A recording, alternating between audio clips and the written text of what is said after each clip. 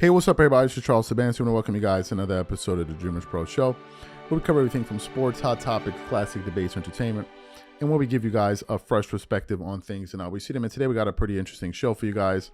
But before we get into it, please make sure you like the video and subscribe to the channel. This may be a show I go off on, so just bear with me, please. As you guys know, on this channel, we've been discussing this for quite some time. I've been discussing some of the issues that NBA fans have with this current NBA play, with this current NBA, where it has become commonplace for them to be resting perfectly healthy players, sitting them down for rest when they're not injured. It has become a massive problem. As someone that is a Kawhi Leonard supporter, it is nauseating. I understand Kawhi Leonard has an injury history, but the Clippers, I believe, have abused this mechanism within the NBA rule system. I 100% believe that. They have taken it to they have abused it. And it is something that a lot of fans are fed up about. All too often, we see players that are slated or supposed to be playing in a televised game, and you see them sitting on the bench, and the injury report, all you see is DNP. No injury listed, nothing. And the fans who paid good money, their money, to go to the games, to patronize the product, will be left basically holding the bag, trying to figure out what just happened. And none of the players or none of the teams will give fans an explanation. When some fans then push, you have some players that will basically tell fans to basically shut up. You should feel privileged to watch us play. Imagine the audacity that you'll take my money and then get upset with me if I dare question the service that I'm getting. Just imagine the hubris in these guys. But this is where we are. In the case of the Clippers, I am absolutely fed up with the Clippers. Last season, and I said it throughout the season to give you guys a quick refresher, I said that if the Clippers are going to be doing all of this damn load management, they better ensure that their best players are available at the end of the season. And what happened? The Clippers load managed all throughout the season. They were throwing games because these medical staff teams or whatever it is were telling them, no, the science is saying that we need to sit these guys down. And I always called it out because from a logical standpoint, it never made sense. But what do some people like to do whenever you try to apply logic? They try to shut you down and say, no, the science says so. Because they know when they say that, it's going to be very hard to then question them on that, because then it's going to look like as if you're questioning science, which some people are turning into some bloody ism that you cannot question. So the Clippers, they decided to low manage their stars all the way towards the end of the season. And then what happens? In April, I believe, right before the playoffs started, Paul George suffers some freak injury when he's going up for a rebound, lands awkwardly, his knees buckle, he's out. So all of that load management prevented absolutely nothing. In the case of Kawhi Leonard, who they were load managing, when they then decided to ramp up his minutes at the end of the season, what ended up happening? They tried to ramp up his minutes, and then his body wasn't used to that type of rigorous load being put on his body, because after all, you're playing him, resting him, playing him, and resting him. So it's hard for his body to develop a callus. He goes out there in game 1, he injures himself. Game 2, he plays game 2. Then we didn't see him for the rest of the playoffs. Then at the end of the season, the Clippers had the audacity to go out there and say, the team president, now we got to put an emphasis on the regular season. We got to really take it seriously. So what were you doing before? Then what happened? Yesterday, I'm going through the internet and I came across a clip because there was a new provision that was made in the NBA, which basically is going to be penalizing NBA players or penalizing NBA teams, for sitting down stars when they're perfectly healthy, especially for televised games. And you can no longer sit out 2 stars for televised games, which I 100% agree with. To quote the great Kobe Bryant, it is your job to ensure that you're ready to go through the rigors of an 82-game season. Otherwise, what the hell are you being paid all that money for? That was Kobe Bryant's position on it. And I think Kobe's views on this matter supersedes any single person talking about it, especially if it's coming from an NBA player. I don't want to hear a goddamn thing of what JJ Redick and these guys have to say in comparison to what Kobe had to say. In comparison to him, the hardest worker arguably to ever play in that league. So yesterday I came across a clip of Commissioner Adam Silver, who had been looking weak on the issue, by the way, who had been looking like they've been letting the NBA players run rampant all over them. He decided in a press conference to basically come out there and call out some of these teams and players for basically load managing, and essentially saying that the science is inconclusive as to whether or not load management is a preventative measure that actually works. So what we want to do is we want to play exactly what Commissioner Adam Silver had to say here, and then we're going to come back and continue on the show. Take a listen to what Commissioner Adam Silver had to say there. It's a shared view by everyone in the league. It's not just coming from the league office. I think whether it's our teams, our players association, individual players, I think there's an acknowledgement across the league that we need to return to that principle, that this is an 82-game league. And that, of course, doesn't mean that we're turning the clock back, that players are expected to play through injuries, or that players, frankly, never need rest. But I think there's a statement of a principle that if you're a healthy player in this league, that the expectation is that you're going to play. In terms of how long we've been working on it, I'd say with a more serious focus, roughly in the last year, it became part of collective bargaining. I should say the player participation policy is part of many steps we've taken, whether it's in the bargaining agreement itself, the 65-game limit for eligibility for awards, creating different incentives for players, like the play-in tournament, for example, like the in-season tournament to focus attention on the regular season. But the policy itself, I think it was the Players Association was very much part of it. We had extensive discussions with them, and then with individual groups of players, particularly veterans in the league, about how they thought we should be approaching it. And the last part of your question, yes, I do worry about infringing on how a team operates. And while we want to state a strong principle, I would say, at least initially, we're taking a somewhat light touch here. I think under the notion that change will probably happen here incrementally. I think we'll state this principle, see how teams react, and see if more needs to be done. But I think most importantly, there's a sense from all the different constituent groups in the league that this is ultimately about the fans, and that we've taken this too far. I mean, this is an acknowledgement that it's gotten away from us a bit. Honestly, that's what I had been told as well, that it was the science. And I think it may be why the league didn't become involved maybe as deeply as we should have earlier on. And part of the discussion today was about the science. And frankly, the science is inconclusive. I think and I've said this before, if the science were clearer that players should be resting, we would be favoring it, and frankly, I would be delivering the message to the fans even that you want these players to rest at certain times because that's going to keep them healthier and performing at a higher level and ensuring that they're on the floor at critical times in the season.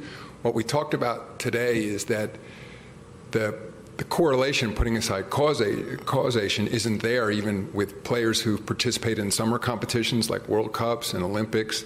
They are not more likely to get injured in that season. We don't see any statistical data suggesting that players increase their likelihood of getting injured as they go further along in the season, or even in back-to-backs, which may surprise people. Part of the commitment here from the league office is we are putting together a group of team doctors and scientists and others and trying to better understand it. One thing I want to make clear, that the message to our teams and players is not that rest is never appropriate. And I realize there's a bit of an art to this, not just the science, and that's with the hands-on trainers and coaches who are talking to players and saying, how do you feel? I'm certainly not saying that's not relevant. I think, at least in the first instance, in terms of this policy, we're trying to deal with some of the most egregious examples where multiple star players, for example, healthy, all out on the same night, healthy. And I think we're letting down the fans, we're letting down our partners by doing that. But at the same time, we're stating a principle in terms of an 82-game league and saying, let's all work together. And I think that was, I thought, the best news coming out of this policy, whether it was with the Players Association, individual players, or with our teams over the last 2 days, everyone is acknowledging this is an issue. So you heard what the commissioner had to say there. I'm going to go off here. Because the only person's face I can picture right now is JJ Redick. I don't know why. Let me tell you guys why I'm going to go off. One of the arguments that has been made in support of load management by some of these guys is that the pace is faster, players are running more, and therefore the load on players' bodies is more, so therefore it makes sense to rest more because their load has gone up. To that I call bullocks. That's absolute bullocks, and I'll tell you why. You see, these people, I think they talk to people that cannot, they can't read and write, or that are illiterates, or they cannot reason. If you can reason and parse the words that these guys are saying, you will quickly understand that these guys are talking a bunch of rubbish. First of all, these two things cannot exist. Number one, we've heard these are the most advanced athletes of all time. These are the most skilled players of all time. These are the most athletic players of all time. This is what these gentlemen are saying, that they're so much better than the generations in the past, which I call BS on, because you cannot quantitatively measure that. How do you prove this? You can't. It's just something that's being thrown out there, propagated all over the media to make this era seem like it's the greatest thing since sliced bread. They say this, right? So you're saying that these players can do X, Y, and Z better than players in the past, but then they cannot handle the stress of this game? I'm trying to figure it out. Help me figure it out. If these players are so advanced, why are they getting injured so much? No, help me figure it out. If they're so advanced, why are they getting injured so much? Why were players in the past playing more games per season than players today? What happened?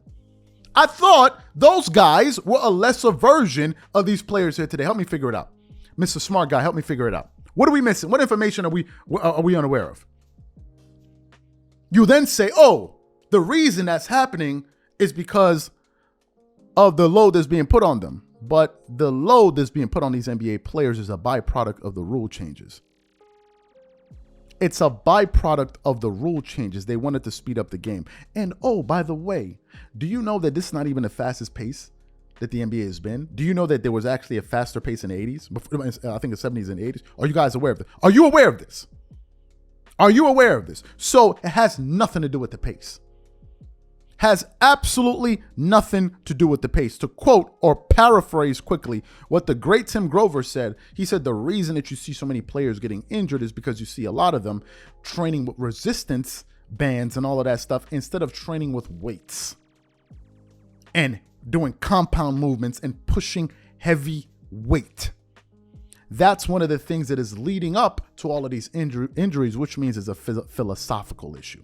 And a player that has highlighted, or rather echoed, the points that he said is Paul George. Because Paul George said it on the Paul George podcast, that he said that when he first came into the NBA, they were doing 2-a-days. And he believed that it was actually making his body stronger. And he said, but in this current NBA, when you're stopping and going, he actually believes is making players weaker, which, by the way, is the same issue happening in the NFL that I heard. Listen to Shannon Sharp and Chad Ochocinco. Help me figure it out. So it turns out these players are no more advanced than players were in the past. These players are not running faster than players were running in the past. They're not jumping any higher than players were jumping in the past. Players today are just as fast and just as athletic as they've always been. These guys are crazy. They're talking about evolution. You're talking about macroevolution versus microevolution. These guys are fools. They're just up there talking. What the hell do you think, were you expecting to happen? That these guys evolved at what? Players just grew from 6'6", all of a sudden they're 8'3"? What are you talking about? They evolved. In what way? They can't even explain this with a straight face. They can't. They're talking. One guy will say, this is the most advanced player ever. And another guy will say, yeah, it is. And that's it. Nobody will walk in the room and say, but hold up, can y'all explain what y'all mean by that? Because I'm too stupid to figure it out. Can you help me figure it out? No one can do that. They're just making up things as they go. Making it up. Load management doesn't work. The way in which players are being trained by these medical staffs who had made a killing off of these boys, we're finding out it's not working. And it's going to affect a lot of people's pockets. When you have the NBA commissioner saying during the meeting, we conducted research and found out that the evidence was inconclusive, meaning they can't conclude that it works. They can't. And then at the end of all of this, the person that suffers is the fans. And I don't hear anything about the fans. And then when you ask these guys, okay, listen, the load is too much lower the games. You know what they'll say? Oh, well, we can't do that because it's a very difficult situation. What the hell do you think they're talking about? They're talking about they don't want to lose no more money. So they don't want to give up the money. They want to play less, and then you're going to pay for it. Think about what these guys are saying. Don't just accept it but because they're saying it. You've seen people go sit down in the arena to see a celebrity talk, and he'll say one thing that makes no sense, and everybody will start clapping. Yeah, whoa, yeah, that was a goal. Whoa, you made a point. Then somebody in the back can say, hold up, I didn't understand. This guy just said nothing. So I'm glad that Commissioner Adam Silver came down on this. It's an issue that needed to be addressed, and I'm very happy with this. Hopefully they're able to implement it moving forward. So what I want to know from you guys, what do you think about this measure that's been put in place? Whatever you guys think, please leave your thoughts in the comments, and we catch you on the next show. Peace.